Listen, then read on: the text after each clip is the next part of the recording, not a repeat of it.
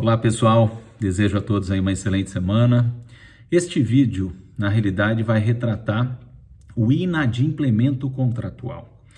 Eu estava dizendo para vocês que a obrigação ela deve ser satisfeita, né? E o devedor, obviamente, entregando a prestação, pode exigir a quitação. A quitação é a prova do pagamento. Mas há situações em que o devedor não faz a quitação, ele não entrega o objeto prestacional. Aí nós temos que analisar o seguinte: a obrigação não é um vínculo jurídico transitório, onde o sujeito passivo entrega a prestação para o sujeito ativo credor? Sim. E se ele não o fizer? Aí nós temos que analisar sob duas perspectivas.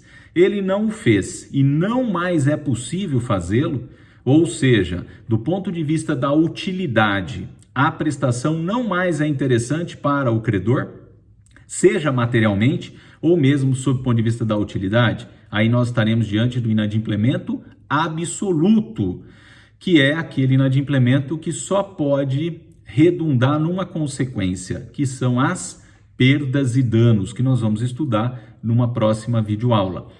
Além do inadimplemento absoluto, nós temos também o inadimplemento relativo, que é aquela chamada mora, não a frutinha, mas o retardamento do cumprimento daquela obrigação. Ou seja, o inadimplemento relativo é aquele que ainda permite para o devedor a satisfação da prestação, desde que ele arque com as consequências da sua mora, do seu retardamento.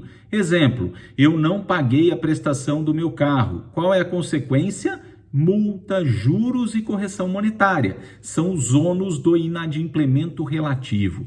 Lembrem-se que, quando ainda é possível satisfazer os interesses do credor, nós estaremos diante do inadimplemento relativo. Agora, quando eu não mais posso entregar o objeto prestacional ou ele não mais é útil aos interesses do credor, aí estaremos diante do inadimplemento absoluto. O exemplo que toda a doutrina utiliza, né, seja o Tartucci, Carlos Roberto Gonçalves e o Pablo e o Rodolfo, que transcreve as duas bibliografias, a noiva que contrata para o dia do casamento um bolo, né, a fim de ser servido para os padrinhos no hall da igreja. E este bolo, infelizmente, só chega com 2 horas após a data e o horário definido por ela, né? E, consequentemente, isso frustra ela e também todos os seus convidados. É ainda possível entregá-lo? Sim. Mas é útil aos interesses da noiva? Não, ela ficou frustrada, né? E, consequentemente, esse é um inadimplemento absoluto. Agora, querem ver um outro exemplo de inadimplemento? É o chamado inadimplemento decorrente da violação positiva do contrato ou do crédito. O que vem a ser isso, pessoal? Na realidade, o devedor cumpre a obrigação, mas não da maneira adequada. Ou seja, ele cumpre, né, com um defeito na prestação, mas sob o ponto de vista qualitativo, né? E nesse sentido, nós temos a violação positiva do contrato ou do crédito, como a doutrina assim indica, e são típicos exemplos: o vício redibitório, o vício de produto ou serviço, e além disso nós temos a violação de deveres anexos fundados na boa-fé objetiva. O professor Tartucci é a melhor bibliografia para vocês verem este assunto, né, dentro do contexto dos modernistas aí voltados ao direito civil. O que ele fala desses deveres anexos? Ele fala, né, do dever de cuidado, do dever de respeito, do dever de informação, do dever de lealdade, né, do dever de colaboração e cooperação, de agir com proporcionalidade, com razoabilidade.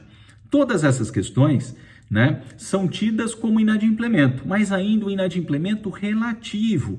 Por quê? Porque permite ainda que o devedor possa vir a cumprir a sua obrigação. Então vamos lá. O que nós estamos estudando? Inadimplemento, o não cumprimento da obrigação.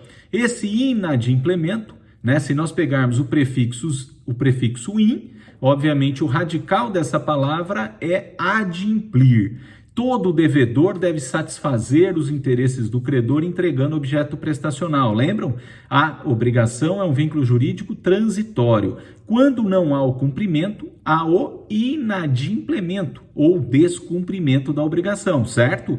Bom, e quais são suas espécies? Inadimplemento absoluto, e aí nós vamos ter que conversar um pouquinho adiante sobre perdas e danos. O inadimplemento relativo, a chamada mora, né? E no inadimplemento relativo surgiu a figura da violação positiva do contrato ou do crédito, ok? Então nós vimos dentro dessas formas de inadimplemento, o inadimplemento absoluto e o inadimplemento relativo se subdividindo.